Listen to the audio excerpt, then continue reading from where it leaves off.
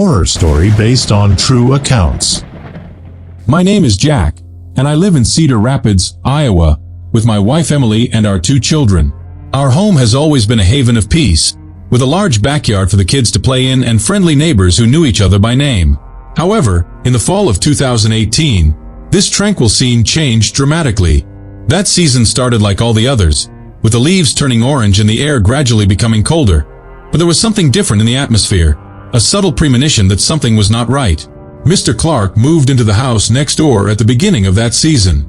Initially, he presented himself as a retired gentleman seeking calm in his later years. However, it didn't take long for his behavior to start alarming us.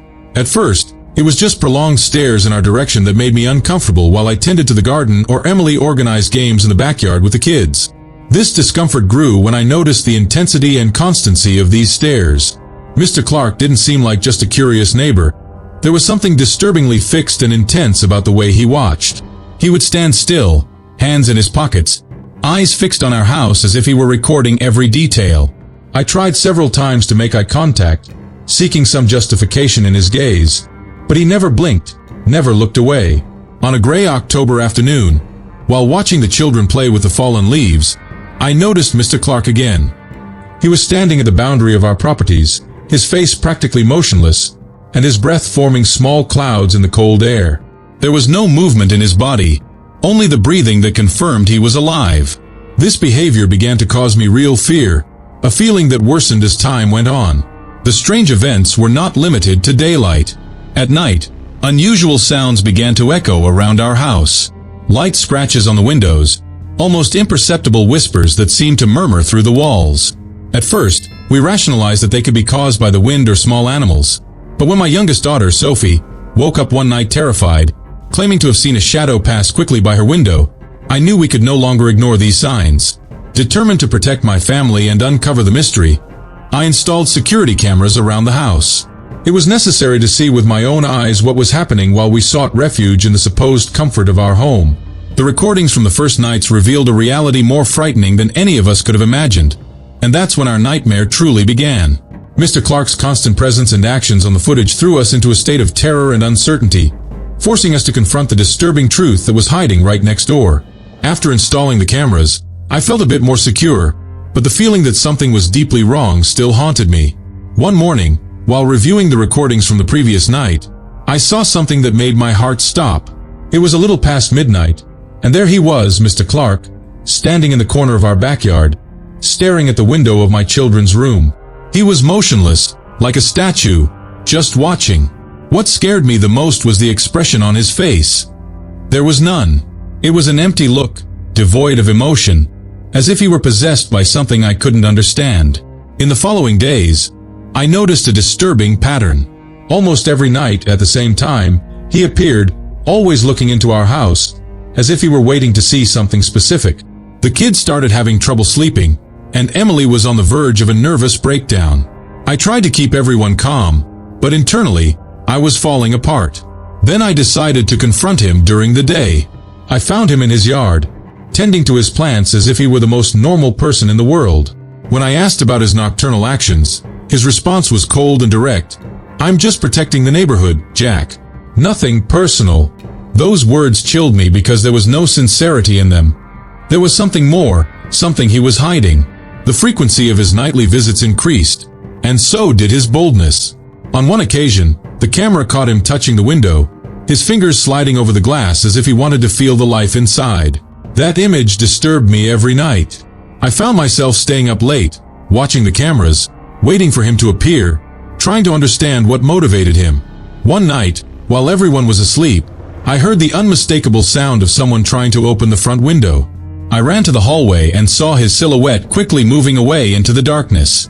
It was evident that Mr. Clark wasn't just watching, he was escalating his behavior alarmingly.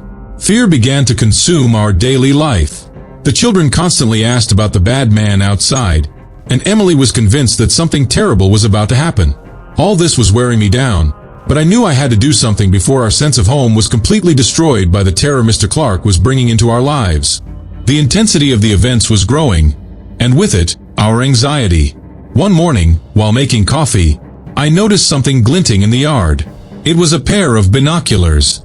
Mr. Clark had left them there, probably by mistake, after one of his nightly rounds. This only confirmed that his surveillance had become more invasive and obsessive. I picked up the binoculars, thinking about the discomfort of knowing that our every moment was potentially being watched. That same week, something even more disturbing happened. Emily woke up in the middle of the night, screaming. She had dreamed that someone was in our room, watching her sleep. Though it was just a dream, the terror in her eyes was real. That expression of fear made me realize that Mr. Clark's intrusions were not only on the exterior of our home, they had infiltrated our most intimate thoughts and dreams. I decided to check the camera recordings once again. As I went through hours of footage, I noticed something I had missed before. In one of the recordings, you could see Mr. Clark standing in the dark, holding something in his hand. When I zoomed in, I realized it was a small camera. He was documenting, filming our house during the night. This wasn't just obsession, it was a meticulous and disturbing plan. From then on, events took an even darker turn. We began to find our belongings out of place. A vase that always sat on the living room shelf was found on the floor one morning, intact but far from where it should be. Photos of us that hung on the wall appeared turned around. It was as if someone was entering our house, not to steal, but to show us they could.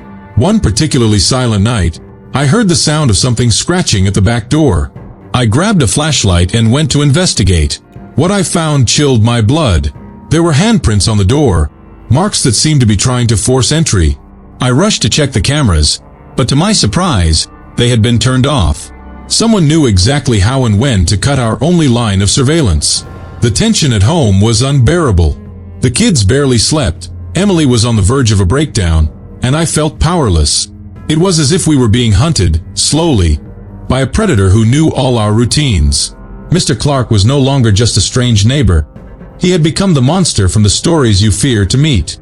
The reality that he was getting closer and closer to us was a thought that consumed all my energy and filled every waking moment with indescribable terror.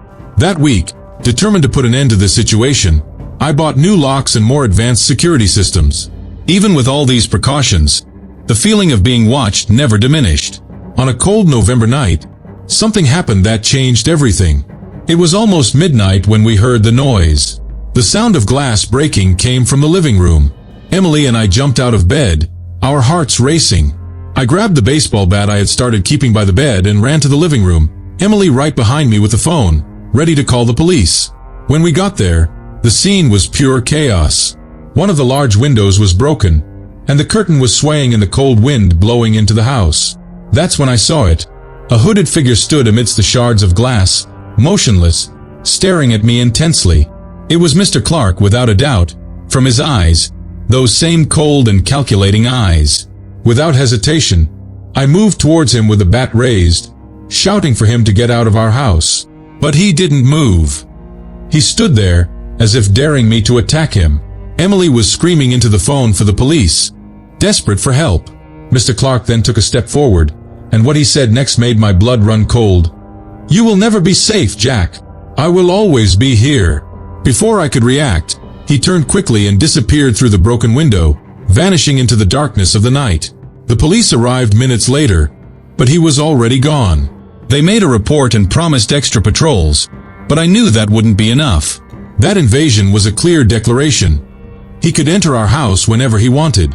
In the days that followed, fear took over us in a way I never thought possible. Emily didn't want to be alone in the house even for a minute.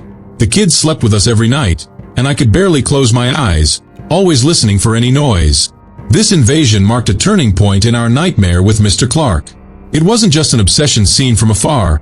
He had crossed a dangerous line and now had direct access to us, inside our own sanctuary.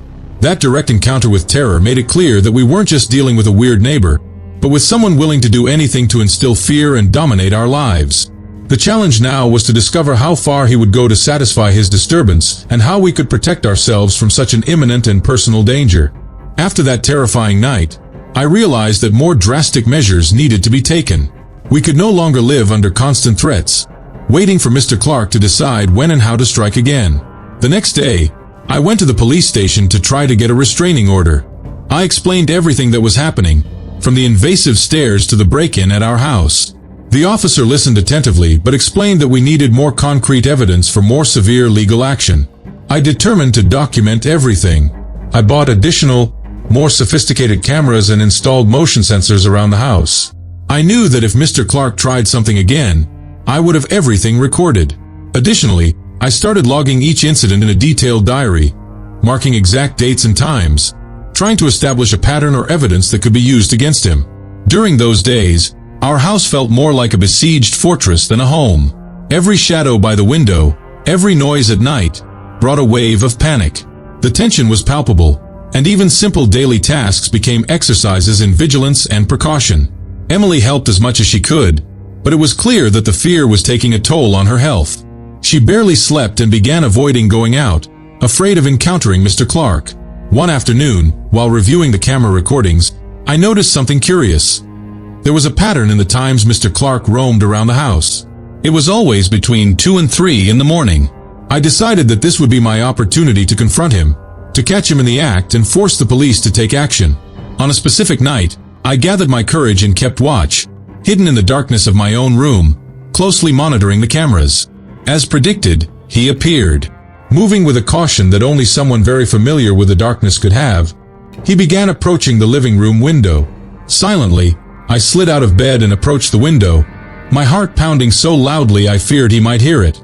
Through the curtains, I saw his slender figure and the meticulous way he moved. I took a deep breath and, in a swift motion, opened the curtain and turned on the exterior lights.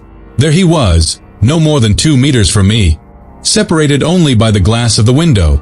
Our eyes met, and for a moment, the world seemed to stop. He didn't expect to be seen. His expression of surprise mixed with fury was something I would never forget. I used my phone to record everything, keeping the video focused on his face as he slowly retreated into the darkness. The next day, I took the video to the police. It was the proof we needed, and finally, they took action. A restraining order was issued, and the investigation into Mr. Clark was intensified. That night marked a turning point, and despite the persistent fear, we felt we were finally regaining some control over our lives. The restraining order brought brief relief, but the tension remained, hovering over our house like a dense fog. We knew that papers wouldn't stop someone as determined as Mr. Clark. Our nights were still restless, every external sound a reminder of the danger that still lurked in the shadows. It was on a rainy night, the sound of the rain beating against the windows masking almost all other noises. I was awake, as usual, my mind unable to rest. Then, around 3 in the morning, the security cameras picked up movement. It was him, defying the restraining order, his silhouette walking determinedly towards our house. This time, he wasn't just watching or touching the windows. He was carrying something in his hands. A gallon. My heart raced when I realized what it was. Gasoline. He started pouring the liquid on the ground, forming a trail to our porch. The scene was like something out of a horror movie, but it was terrifyingly real. Immediately, I woke Emily and the kids, shouting for them to get out of the house. I grabbed the phone and called the police, my voice trembling as I explained the situation. Meanwhile, I ran outside with a fire extinguisher, determined to prevent him from completing his plan. When he saw the light from the door turn on, he struck a match. The flash of his intention made me act without thinking. I threw the extinguisher at him, diverting his attention long enough for the match to fall to the wet ground, extinguishing it. The police arrived minutes later, their sirens cutting through the silent night. They found Mr. Clark still in our yard, covered in gasoline and holding a box of matches. This time, there was no escape for him. The evidence was clear and irrefutable. He was handcuffed and taken away, his expression a mix of anger and defeat. We watched as he was placed in the police car, a sense of relief finally beginning to settle in. The imminent threat that had dominated our lives in the past week seemed, at last, to be under control. The rain began to ease, as if nature itself acknowledged that the storm in our lives was passing. That night, after the chaos, the silence in our home never seemed so sweet. As much as the shadow of what we had lived through still hung over us, there was a glimmer of hope. Justice seemed finally to be on our side, and for the first time in weeks, I allowed myself to feel a weight lift off my shoulders. It was the end of a dark chapter, but the relief of knowing we were safe outweighed any lingering fear that might still exist. After Mr. Clark's arrest, a heavy silence settled over our house. In the days that followed, as he faced the legal process, we tried to return to our normal routine, But the truth is that something within us had changed irreversibly. The nights were still long and tense, and the slightest noise made us jump. The security that our home once represented had been shaken, and rebuilding that sense of peace was a daily challenge. Emily and I spent many nights talking about what had happened, trying to understand what had driven such obsession. The children received psychological counseling to overcome the trauma of being stalked within their own home. Although the court order assured us that Mr. Clark would remain detained or under supervision, the paranoia that he might somehow return still haunted us. The trial was swift, given the volume of evidence against him. He was found guilty on multiple counts, including home invasion and attempted arson. During his testimony, he revealed that he believed he was protecting the neighborhood from some invisible evil, a delusional justification that only confirmed his mental instability. He was sentenced to a long stay in a psychiatric institution, where he could receive appropriate treatment. Life after the trial was a slow recovery. We decided to sell the house, the scene of so many painful memories. We moved to another city, seeking a fresh start, far from the shadows of the past. The new house was in a very different neighborhood, with neighbors who quickly became friends. The children began to show signs of improvement, laughing more often and playing outside again. However, even with the new life, the scars left by the events with Mr. Clark never completely faded. Sometimes, on particularly quiet nights, my gaze would instinctively fixate on the windows, a leftover habit from the days of vigilance. Emily and I frequently checked the door locks several times before going to bed. The trauma of knowing that someone had watched us, invaded our privacy, and threatened our safety created a scar that would take time to heal. Over time, we learned to live with these scars, accepting them as part of our history. The experience taught us about the fragility of peace and the importance of always being vigilant. But more importantly, it showed the strength of our family and our ability to overcome even the darkest moments. Although the past sometimes echoes in our thoughts, we chose to look forward to a future where fear does not define our lives, but the courage to move on does. And for those who stayed until now, I have prepared another spine-chilling story. Enjoy our bonus story, Haunted at Home, the spirit that demanded justice. October always brings a unique feeling, especially in the small town where I grew up in the northern United States. The cold nights begin to fall earlier, dry leaves cover the streets, and the air is filled with a whisper announcing Halloween. This autumn atmosphere, with its long shadows and winds carrying ancient secrets, has always captivated me. My name is Annie, and I am the sole resident of the house where I grew up, an old home with a small front garden that looks like it came out of a postcard. Since my parents moved to Florida, the home has been mine alone. Autumn, with its earthy color palette and chilly breeze, is my favorite time of year. I regularly visited the city park for my daily walks. For most of the year, the place is a gathering spot for families and elderly people looking for some fresh air and nature. However, with the arrival of autumn, the park transforms. The place becomes more deserted, and the quietness takes over, leaving the benches and paths almost empty. While I have always appreciated this isolation to clear my mind and relax, on one particular afternoon, this solitude took on a new meaning. That afternoon was unusually silent. There were no children running or elderly people walking their dogs, just the muffled sound of my own footsteps on the carpet of fallen leaves. The park seemed suspended in a moment out of time, with an immobile air that even the leaves dared not disturb. With each step, the feeling that something was not right grew inside me. I felt watched, as if someone or something was lurking within the shadows elongated by the last rays of the sun. I tried to convince myself that it was just the autumn atmosphere playing tricks on my imagination. The ghost stories and spirits told at this time of year were undoubtedly influencing my thoughts.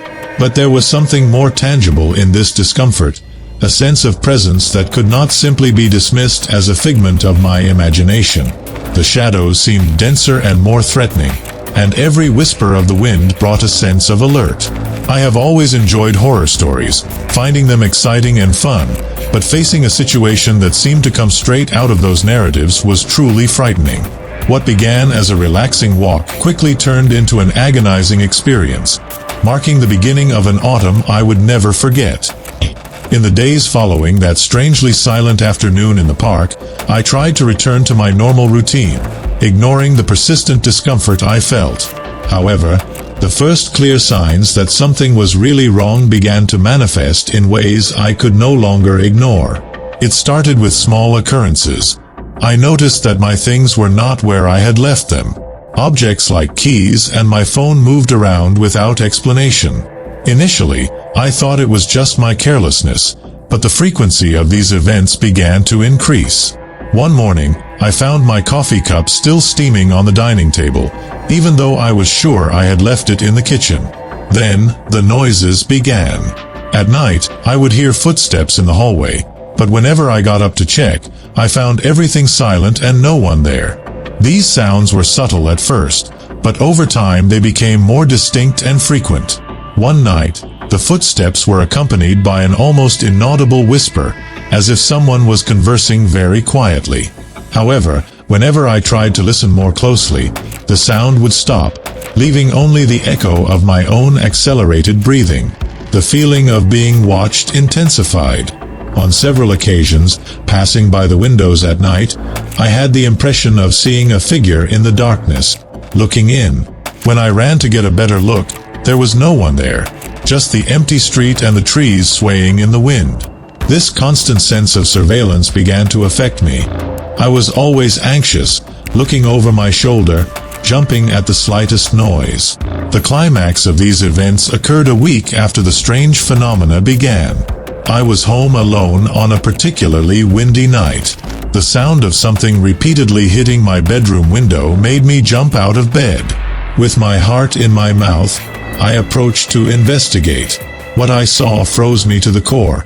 A hooded figure was outside, tapping on the window with pale, worn fingers. For a moment, our eyes met. His were deep and filled with a sadness that was almost palpable. Then, as quickly as he appeared, he vanished into the darkness. These events left me in a constant state of terror. I did not know if I was dealing with a very real stalker or something supernatural, but the certainty that I was not alone and that someone or something had a dark interest in me was terrifyingly real. It was as if the walls of my own home could no longer offer safety, turning every room into a potential hiding place for the terror that haunted me. After the night I saw the hooded figure at the window, the strange events not only continued but intensified in a terrifying way. It was no longer just a presence watching or small displacements of objects. Now, it seemed that the entity had gained strength and was becoming increasingly bold in its manifestations. The atmosphere in the house became heavy, laden with an energy that I could almost touch. At night, temperatures dropped drastically in certain rooms, as if cold drafts appeared out of nowhere. At various times, passing through the hallways or entering a room, I felt a chilling breeze that made my skin prickle. The hairs on the back of my neck stood up, and a constant sense of fear accompanied me, making every shadow and dark corner seem to hide something sinister. It was difficult to sleep, and on the rare nights when exhaustion overcame fear, my dreams were disturbed by vivid nightmares. I dreamt I was being chased through endless corridors, always looking over my shoulder for the figure following me, but never being able to see its face clearly. I would wake up gasping, heart racing, often finding inexplicable marks on my arms or neck, as if cold fingers had touched me. The climax of this escalating horror occurred on an unusually quiet night. The house was immersed in abnormal silence, and the only light came from the moonlight filtering through the curtains. Suddenly, I heard the sound of something dragging in the attic above me. It was a heavy noise, like furniture being moved. Heart in my throat, I climbed the stairs to the attic, the light of my flashlight trembling in my shaky hands. Opening the door, the light revealed the attic was empty, except for an old chair now in the center of the room. A chair I was sure I had left against the wall, covered with old blankets. Perhaps the most disturbing of all were the whispers. They started as almost imperceptible murmurs, often so low that I thought I was imagining them. But over time, they became clear enough that I could almost understand the words. They were whispers calling my name, in a tone both pleading and threatening. Sometimes, I would wake up at night with the sensation of someone whispering in my ear, so real that I would turn, expecting to find someone beside me in bed. These events left me exhausted, both physically and emotionally. The house that was once my home and refuge had now become a constant horror scene, where every shadow and noise made me question my sanity. It was as if the entity, whatever or whoever it was slowly isolating me, cutting off all escape routes until the only reality left was fear and darkness. Facing unbearable tension and determined to confront whatever was tormenting me, I decided to act on a particularly stormy night. Armed with a flashlight and an old Bible my mother had left me, I walked through every corner of the house, challenging the presence to reveal itself. The wind howled outside, and the rain pounded on the windows as if trying to get in. The weather only intensified the already charged atmosphere of fear, but I was resolute. I started in the attic, the site of the latest disturbing activities, and slowly descended, opening each door, looking in every closet, my trembling voice repeating a challenge for the spirit to show itself. When I reached the living room, the emotional center of the house, the air seemed to vibrate with static electricity. The flashlight flickered several times, and then, without warning, it went out completely, leaving me enveloped in darkness. My heart was pounding so hard I could hear it echoing in my ears. I tried to turn the flashlight back on, without success. It was then that I felt a presence behind me. The air grew colder, and a shiver ran down my spine. I turned slowly, and through the faint light coming in from the window, I saw the figure. It was the man from the park, the same one I had seen at my window. He was closer than ever, almost within reach. His face was pale, eyes deeply dark, almost empty. But it was the expression of pain and despair that paralyzed me. He seemed to want to say something, his lips moving slowly, but no sound came out. At that moment, something within me calmed, a recognition that perhaps he did not want to harm me, but needed help. With a choked voice, I asked what he wanted, why he was following me. For a brief moment, the wind outside seemed to cease, and the silence was absolute. Then I heard clearly, no longer as a whisper, but as a voice laden with suffering, "Help me! I cannot find peace." He moved closer, and I could see the anguish in his eyes. I reached out, almost touching him, but he recoiled, the figure dissolving like mist at the first ray of light that broke through the clouds and entered through the window. He had disappeared again, but this time, something in me had changed. I no longer felt just fear. I felt a profound sadness and an urgent need to discover the truth behind that apparition. It was as if, through my terror, I had touched his torment, and now we shared a disturbing bond. After the apparition in the living room and the man's words, I was consumed by the need to understand what was happening. I decided that the first thing to do would be to investigate the history of the park and any unusual occurrences related to the area. I needed answers that explained the connection between the man and the frightening events in my home. The next morning, with a mixture of determination and apprehension, I went to the local library. There, I delved into old newspapers and public records, looking for any mention of incidents in the park. Hours of research led me to a news article from a few years ago. A missing man, last seen in the same park where I used to walk. The physical description matched that of my pursuer. The case was still open, unresolved, and the article mentioned that he had been last seen disturbed and confused. This detail sparked a thought in my mind. Was he trying to communicate his suffering and ask for help to solve his disappearance? I decided to visit the local police station to see if they could provide me with more information. The detective who attended me was initially skeptical of my experiences, but upon seeing my insistence and distress, he relented, sharing that there were unconfirmed rumors that the man might have been the victim of some violent crime, information that was never officially investigated or disclosed. Equipped with this new information, I returned home, feeling a mixture of fear and responsibility. I knew I needed to do something, so I began to plan how I could contact the spirit again. Maybe if I could help him find some kind of peace or resolution, the disturbances would cease. That night, I set up a small altar in the center of the living room with candles and a photo of the man that I obtained from the newspaper archives. Sitting on the floor, I began to speak aloud, explaining that I knew his story and wanted to help. The air around me began to cool, and the candles flickered as if hit by a breeze, even though all the windows and doors were closed. Suddenly, the atmosphere in the room changed, becoming heavier, almost suffocating. A shadow formed in the corner of the room, growing and taking a human shape. It was him, the man from the park, looking at me with an even greater expression of despair. He approached, and I could feel a wave of sadness and fear emanating from him, so strong that it made me sob. "How can I help you find peace?" I asked, my voice trembling. With a slow movement, he pointed to the newspaper lying on the floor beside me. I understood that I needed to dig deeper, perhaps find something that was lost or forgotten in the investigations. With a nod, he began to disappear, leaving behind a sense of urgency and a clear task for me to discover the truth behind his tragic fate. The determination to solve this mystery not only promised to bring peace to his spirit, but also ensure that my house and life returned to normal, free from the constant fear that now permeated them. With the mission to uncover the mystery behind the tragic fate of the man who haunted me, I dove headfirst into the investigations. I spent days poring over archives and talking to people who might have known or seen something suspicious at the time of the disappearance. Each clue seemed like another piece of a complex and dark puzzle.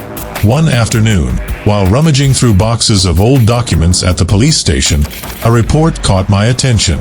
It was a note from a police officer who had interviewed a suspect at the time, but the case was quickly dismissed due to lack of evidence. This suspect, according to the report, had a history of violent behavior and lived near the park. Armed with this new information, I decided to visit the address listed in the file. The place was an old, poorly maintained house on the edge of the park, hidden among dense, tall trees. The feeling of desolation was palpable as I approached the door. I knocked, and a tired-looking man with restless eyes answered. Mentioning the name of the missing man, I saw a subtle change in his expression, a mix of fear and guilt that he quickly tried to hide. Pressing further, I mentioned the report and asked if he knew anything about the disappearance.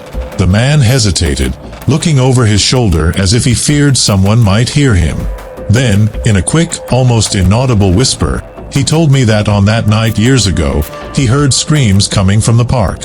He never spoke to the police out of fear of reprisals from the real culprit, who he hinted was someone influential in the community. Returning home, I knew I was close to solving the mystery. I decided to make one last visit to the park at night, to the exact spot where the man had been last seen. The night was silent, only the sound of my footsteps and the occasional crack of branches underfoot. Arriving there, I felt a presence. It was as if the air was charged with expectation. Suddenly, the temperature dropped, and the wind blew stronger, making the trees sway violently. A mist began to form around me, and then he appeared again, the figure of the man who had been following me. He was clearer this time, almost solid, with a pleading expression. "I was betrayed," he said clearly, his voice filled with ancient pain. "Help me find justice." With tears in my eyes, I promised to do everything I could. On the way back, I decided that the next morning would be the time to confront the authorities with everything I had discovered. I not only wanted to cleanse my house of the presence that haunted me, but also bring peace to this spirit that could not rest. This was the climax of my terrifying journey. Not just a battle against a specter, but a fight for justice and truth that consumed me as much as the fear that once dominated every dark night in my own home. The following morning, with determination and a folder full of evidence and testimonies, I went to the local police station. I laid out what I had discovered, including the neighbor's testimony and the inconsistencies in the previous investigations. The detective, initially skeptical, began to see the seriousness of the information presented. With my insistence, he agreed to reopen the case, promising to follow the leads and confront the suspects involved. In the days that followed, the tension was palpable.